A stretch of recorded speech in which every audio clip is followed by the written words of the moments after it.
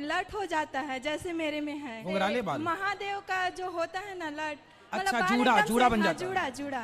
तो वो आप कंघी नहीं करती होंगी तो बन जाता आज का वीडियो है बहुत ही मज़ेदार होने वाला है भक्तों। इसमें महिला ने अपने बालों को लेकर महाराज जी के आश्रम में आती है और हंसा हंसा के महाराज जी को पेट फुला देती है। इसमें महाराज जी क्या कहते हैं देखने के लिए वीडियो में आगे तक बने रहिए। राधे राधे गुरुजी। हाँ जी। मैं आपसे ये जानना चाहती हूँ कि जैसे बालों में लट होता है तो कोई बोलते हैं वो महादेव का आशीर्वाद है, तो किसी को लगता है कि वो शारीरिक प्रॉब्लम है जो बालों में हो रहा है, तो इसके बारे में आप क्या राय देना चाहते हैं? क्या होता है बालों में? लट हो जाता है, जैसे मेरे में है। घुंघराले बाल, महादेव का जो होता है ना लट, अच्छा बाल जूड़ा एकदम जूड़ा से- बन हाँ, जाता है। जूड़ा जूड़ा। तो वो आप कंघी नहीं करती होंगी तो बन जाता नहीं होगा। नहीं, वो हो गया अपने आप से। मैं 2 महीना तक उसको खोलती गई, पार्लर ना भी देखो, गई, कंडीशनर मैं अपने भी बालों किया। में कंघी ना करूं। छत्तीसगढ़ में अधिकतर देखो ना तो बहुत से आपको मिलेंगे ऐसे। कंघी मैं किया ना करो, बालों को बढ़िया धुला करो 2 माटी महीने से। तक ना पूरा उसको निकालती गई, लेकिन जिस दिन मैं बाल धोती थी ना वो बिल्कुल ऐसे जम सा जाता था। तो फिर अच्छा है लट तो बनने में हाँ, क्या तो दिक्कत वही है? मैं आपसे लोगों को मैसेज देना चाहती थी कि कोई उसका देख के हंसी उड़ाता है। नहीं हंसने की क्या बात, करते नहीं कोई हैं। हंसी उड़ा तो बोल देना फैशन है जी, देख लो। और क्या आजकल तो हर फटे कपड़े हैं तो घबराने की जरूरत नहीं, बोले फैशन। आजकल तो सब फैशन चलता है, एक पाँव में एक कलर की प्रणाम चप्पल महाराज जी। और दूसरे पाँव में दूसरे कलर की चप्पल। कोई बोला कैसे, बोले फैशन। हाँ प्रणाम महाराज जी। हाँ। कोटि कोटि प्रणाम आपको जी। मेरे को आपसे खाना जी लेना था। लेना है? नहीं, देख के आपके हाथ से लेना था बस। अच्छा तो राधे राधे गुरुजी। हाँ मैया कोटि कोटि प्रणाम। जी। गुरुजी, जिस स्त्री का पति नहीं होता वो बेटी का कन्यादान कर सकती है? कन्यादान कर सकती हैं, ऐसा आप पूछ रहे हैं? तो बेटे का विवाह हो गया? नहीं हुआ है। तो बेटा भी कर सकता है, बेटा बहू कर सकते हैं कन्यादान। अच्छा। नहीं, आप चाहें तो फिर आप देख लें, लेकिन बेटा बहू है तो बेटा बहू करें। मेरे बेटे का प्रश्न है कि बलि प्रथा कब से शुरू हुआ? बलि प्रथा कब से शुरू हुआ? जी। राजा बलि ने जब वामन भगवान को 3 पग भूमि में सर्वस्व दान किया तो बलि के जैसा सर्वस्व दान को बलिदान कहने लग गए। बाद में लोग उसका अर्चना समझ के बकरे की बलि काटने लग गए। अर्थ बल बुद्धि विद्या देहु मोहि, है ना? तो अर्थ का अनर्थ करने से क्या हो गया, पूरी बात बदल गई। उसी प्रकार बलि के जैसा दान करने वाले को बलिदान करना बोलते हैं, बलि के जैसा दान। बहुत बहुत धन्यवाद गुरुजी। गुरुजी जय श्रीमन नारायण। जय श्रीमन नारायण। मेरे श्रीमन नारायण के साक्षात स्वरूप गुरुजी, केवल मेरे को आपका आशीर्वाद चाहिए। राधे राधे गुरुजी। हाँ बेटा। गुरुजी, मेरे से आपका एक प्रश्न था कि जो आप कल बोल रहे थे शिव जी में जो चल चढ़ता है उसे हम, और एक बार प्रदीप मिश्रा जी ने बोला था कि उसे हम औषधि के रूप में पी सकते हैं। इसके लिए आप शिव पुराण पढ़िए और शिव पुराण में जो लिखा है वो मानिए। शिव पुराण में मैं लिखा हूँ आपको बता सकता हूँ कि शिव पुराण के अनुसार शिवलिंग पर चढ़ा हुआ जल आज तक पहले भी कभी किसी ने सुना कि शिवलिंग पर चढ़ा हुआ जल पिया जाता है? शिव पुराण में ही लिखा है कि नहीं पीना है। तो जो लिखा है वही हम बताएंगे। हम जो भी बताते हैं वो शास्त्रों की बातें बताते हैं, लिखा हुआ, मन माना कुछ नहीं। धन्यवाद गुरुजी। खुश रहिए। राधे राधे गुरुजी। राधे राधे। जी, मैं आपसे एक सवाल पूछना चाहती हूँ। हाँ। जैसे मिश्रा जी बोलते हैं कि शिवलिंग में पानी चढ़ा के पीना चाहिए करके, और आप जैसे कल बोले हैं कि नहीं पीना चाहिए करके, तो किसकी बात माने? हमने बताया तो शिव पुराण पढ़ लो। आप किसी की बात मत मानो, जी। आप पुराण पढ़ो, जी जी। है ना? जो पुराणों में लिखा है। आप ये बताओ, आज तक किसी को आपने शिव जी का जल चरणों का, शिवलिंग का पीते हुए पहले कभी सुना, देखा? जी नहीं। फिर आपने जब देखा नहीं, चरणामृत का मतलब क्या होता है? चरणों का अमृत। और चरणामृत किसका है? केवल भगवान श्रीमन नारायण। केवल हमने बताया था लड्डू गोपाल जी, शालिग्राम भगवान, भगवान विष्णु, भगवान कृष्ण, भगवान राम, इनके चरणों का जल चरणामृत कहलाता है।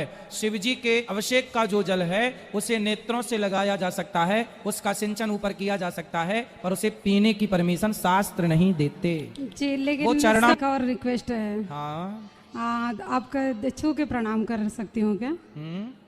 छू के प्रणाम कर सकती हूँ अभी क्या? मिलेंगे मैया जी, ऐसे जी, जी। भगवान को प्रणाम कर लो तो सबको प्रणाम। जी, थैंक यू गुरुजी। हाँ गुरुजी, आपके हृदय में विराजमान राधा रानी को मेरा नमन है। मैं अंकित पांडे बिरगांव से हूँ। बेसिकली मैं एक शिक्षक हूँ, मैं टीचर हूँ एक। तो मैं ये देख रहा हूँ आजकल के बच्चों में इतनी बदलाव जो दिख रही हैं, आखिर उसके कारण जो सोशल मीडिया में समझता हूँ, लेकिन उसके अलावा भी जो बच्चे डिसरिस्पेक्ट, जो रिस्पेक्ट नहीं करते टीचर्स का, उनके लिए मैं उनको इग्नोर करूं कि उनको सिखाऊं? क्योंकि मैं सिखाता हूं तो मुझे ही बोलते हैं सर आप नहीं जानते, ये ऐसा नहीं, ये ऐसा होता है। समझ नहीं आता।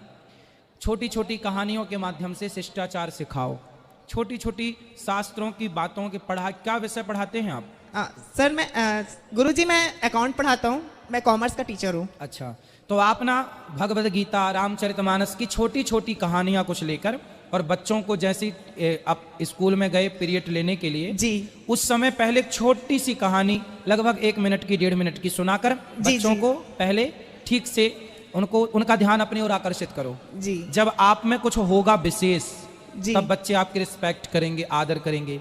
समाज उन्हीं की बात मानता है जिनका आदर करता है, जिनका आदर नहीं करेगा उनकी बात क्यों मानेगा समाज। गुरुजी हमारे कृष्ण भगवान भी बहुत नटखट थे। संस्कार की कमी तो है ही चारों ओर। आप लोग स्कूलों में संस्कार देना स्टार्ट कीजिए, बच्चों को जी। समझाइए प्यार से, जैसे माने बच्चे समझाइए। जी। हमारे टाइम पर तो हमारे सर जो थे, एक उपाध्याय सर थे हमारे, हम गलती एक भी गलती कर दें जरा सी, शुद्ध लेख लिखवाते थे वो, एप्लीकेशन बोले लिख के लाना, और जरा वो बोलते हम लोग लिखते।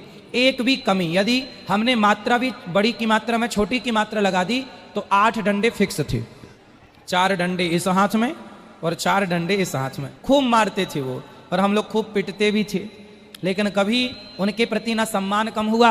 आज भी उनका आदर कभी मिल जाते हैं तो उनको प्रणाम करते हैं, तब भी उनका आदर था, सम्मान था। इतना वो मारते थे फिर भी कभी उनका हम लोगों ने अनादर नहीं किया, हमेशा अपने से बड़ों का आदर किया है। मैं चाहूंगा कि अहो भाग्य हमारा कि जो मेरे नेत्र इतने खुश हुए आपको देखकर गुरुजी। राधे राधे गुरुजी, राधे राधे। राधे गुरुजी राधे राधे। राधे राधे। मेरा आपसे प्रश्न है कि जितने भी देवी देवता हैं, वो जीव जंतु जितने भी उनके संतान हैं, तो उन्हीं की बलि क्यों दी जाती है? उनके भी तो संतान है ना, तो उन्हीं के संतान के बलि देने से भगवान खुश हो जाते हैं। वेद का वचन है अहिंसा ही परमो धर्मः। हम अहिंसा के पुजारी हैं, हत्या करना हमारे यहाँ सही नहीं है। कोई भी देवी, कोई भी देवता बलि नहीं चाहता, लेकिन अब मनमाने लोग देवी देवता का नाम लगा लगा करके बलि चढ़ाएं तो वो मनमुखी है, हमारे शास्त्र आज्ञा नहीं करते, मनमाना चल रहा है।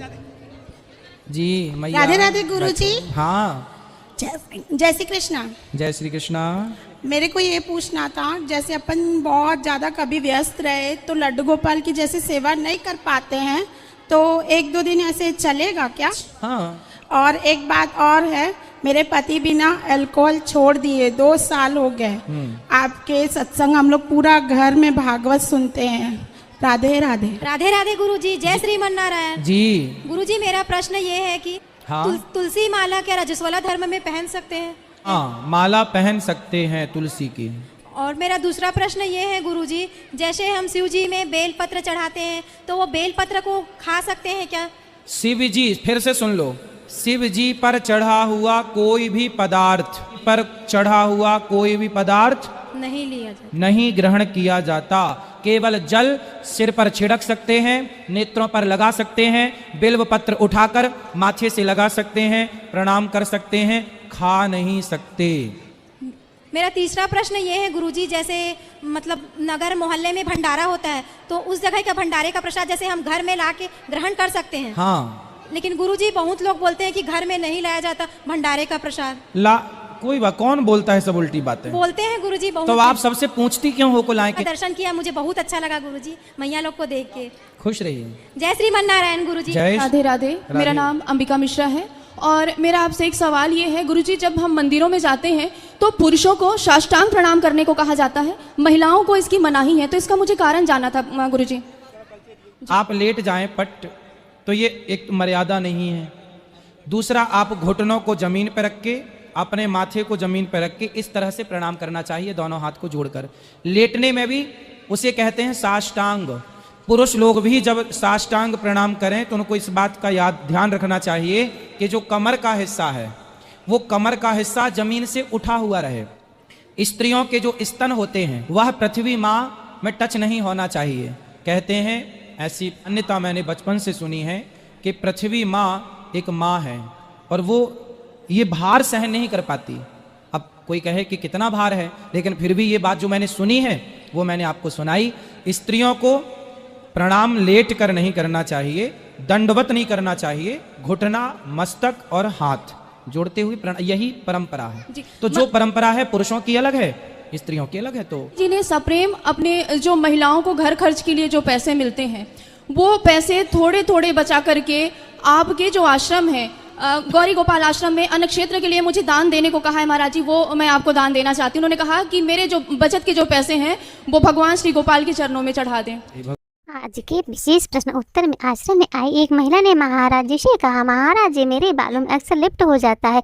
इस पर मुस्कुराते हुए महाराज जी ने जवाब दिया, बेटी जब बाल अपने आप लिफ्ट हो जाए तो समझो यह कोई साधारण बात नहीं है, यह तो संकेत है कि तुम्हारे अंदर महादेव जैसी शक्ति का स्पर्श है। जैसे भोलेनाथ की जटाएं बाएं और लटकाती हैं, वैसे ही तेरे बाल भी भगवान शिव की और झुककर यह संदेश दे रहा है कि तू शिव से जुड़ी हुई है।